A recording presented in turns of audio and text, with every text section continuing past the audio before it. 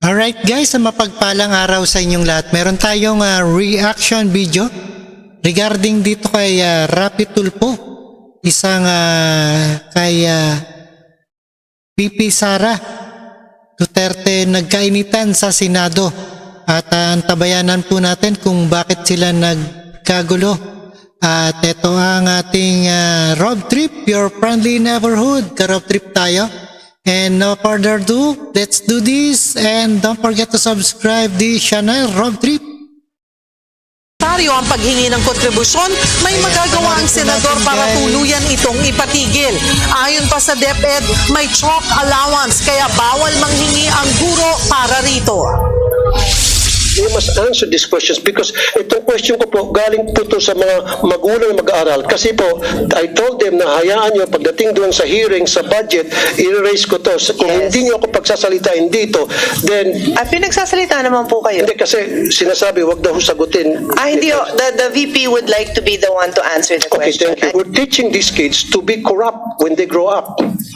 How and why? Because they know and they knew na yung paghihingi sa kanilang contribution ay pangingikil.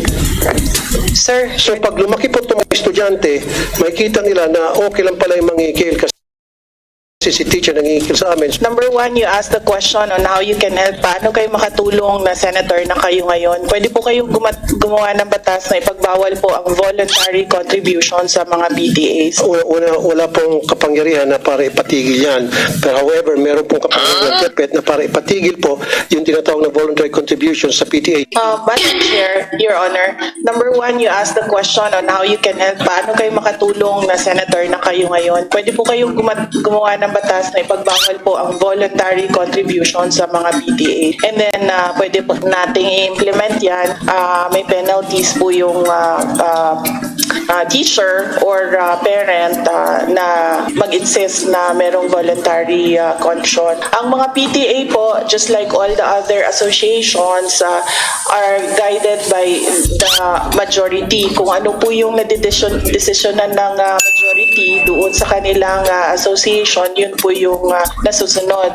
Now, it is a voluntary contribution. Ibig sabihin, hindi po pinipilit yung mga estudyante o yung mga magulang na mag-contribute kung yun man ang nadesisyonan na project ng PTA. Marami po tayong mga stakeholders na iba-iba po yung projects nila sa ating mga paaralan. Hindi lang po mga PTA, but we have NGOs, we have private sector donors who partner with our public schools sa mga specific na projects nila in certain schools. Ganito po din yung ating mga PTA. Pinag-iisipan po ng teachers and ng parents kung paano sila makatulong sa eskwelahan para sa pag-aaral ng mga bata. But then again, as I said, these are voluntary contributions. Pwede po nating ipagbawal. Gagawa po tayo ng batas para po merong penalty. Madam Chair, pwedeng konti na lamang. Wala pong kapangyarihan na para ipatigil yan. Pero however, meron pong kapangyarihan ng DepEd na para ipatigil po yung tinatawag na voluntary contribution sa PTA. Now, doon sa questions ko, hindi pa ata nasasagot. Pwede ba pakisabi sa akin paano po na-disperse yung pong MOE, especially doon sa mga chalks, sa mga electric funds. Electric funds palagi every year yan. Talamak na talamak. Janitorial, security, repair, CR, varnish. Paano po na-distribute from DepEd hanggang sa pagdating sa eskwelahan? Paano nakakarating po yung mga MOE, sir? Meron po tayong listahan kung saan po pwedeng gamitin yung school MOE. At yung sinasabi niyo pong chalk allowance, meron pong cash allowance ang mga teachers. At ito ay taon-taon na ibinibigay sa mga teachers. Kaya hindi po Ayan. Top affordable Ayan, deals panoorin this po natin 99 ang buong Super. detalye dito sa ANTV. Ayan, let's go, let's go.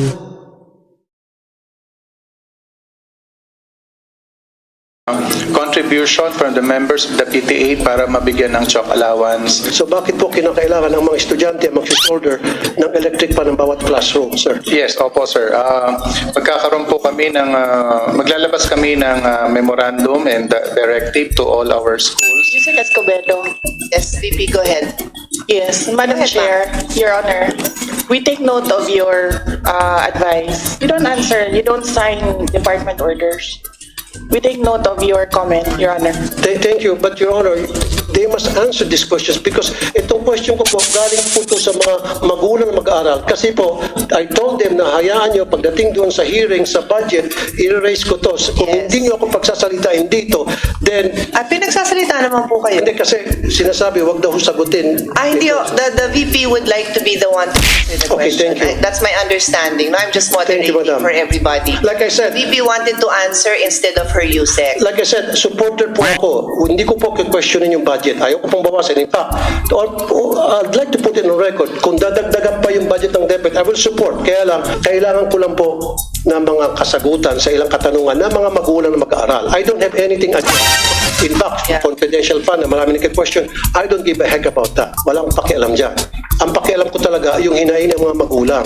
Yun na po talaga. So, paki-answer lang po kung sino saan ang gusto If I may, Senator Rafi, the Secretary took the floor earlier and responded that ang suggestion po niya, and correct me if I'm wrong, my understanding from the Secretary is that she said what you could do, because you were asking what you could do now that you're a Senator, is to pass a law that would prevent that. Because as far as DepEd is concerned, they have already the memorandums that prohibit contributions. Pero yung gustong gawin ng PTA, ng parent, my understanding is that's out of your hand. No, that's out of your hands what the PTA would like to do. Although, I think maybe an assurance that hindi nyo naman ini-encourage talaga yun, di ba? It's not encouraged, it's not, you cannot, they do not mandate it, they follow that. But, My understanding. Madam Chair, okay, ano kaya tuwing magkaroon ng PTA meeting, nandoon po yung taga-DepEd para i-monitor yung proceedings ng meeting, para pagsabihin ng DepEd, hey, meron na kami memo dyan na bawal ang pag-uusapan ng project, umayos-ayos kayo, ang pag-uusapan nyo lang academic performance ng estudyante.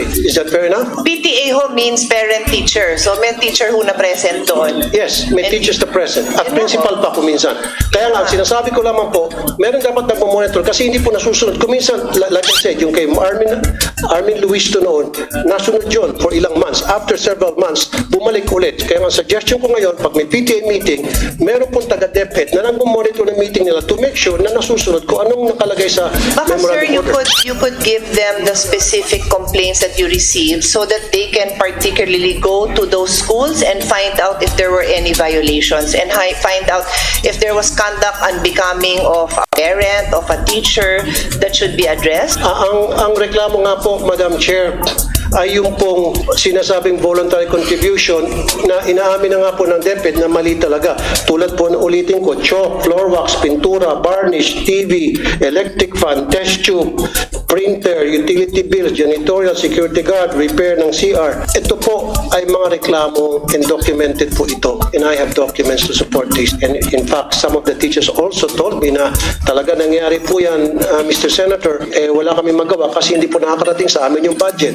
Madam Chair, Your Honor, we will submit the downloading of MOOE up to the school level to the Finance Secretariat. At ito na lamang po, Madam Chair, test tube, hinihingi din po, kasama rin po yung Pwede test tube. bang submit natin? Kasi sir, I'm reminded everyone who's Last na lamang po, Madam Chair, last na lamang. Sige. Test tube, alam ko meron natang 500 billion na budget for the test tube. Parang every year, bilyones ang naalat para sa test tube. Kasi marami rin po ako mga magulang nagreklamo, pinapakontribute para sa test tube, laboratory test tube. Kasi I handled the budget, so I Test tubes. can Yung test attest. tube para sa mga I have laboratory. not seen 500 billion for test tubes. Or at least, yung pong pagkakaalam ko, yung pong... Ay, wala akong 500 billion. Ako na kung magsasabi. Okay. So anyway, bakit po yung sa test tubes? Sige na lang po. Bakit po test tubes paulit-ulit po every year hinihingan po ng contribution ng estudyante? Pwede po ba pa-stop na rin natin yun? Yun lang po. So stop na po natin. In short, lahat po ng contribution para sa international school. Ang pakiusap po ng mga magulang through me, stop na po natin yan. Pag na-stop niyo po yan, I promise you I will support your budget every single year and you're not gonna hear anything from me. That's a commitment. That's a promise. Ito ay alang-alang sa mga magulang na mga lumapit sa akin. Madam Chair, Alright, yan, napakinggan natin ng ating Senator Rapi Tulfo and Vice President Sara Duterte at nagkainitan dito sa Senado. At maraming salamat sa inyong patnubay na panonood at pakikinig dito kay Karob Trip. And peace out. Thank you guys.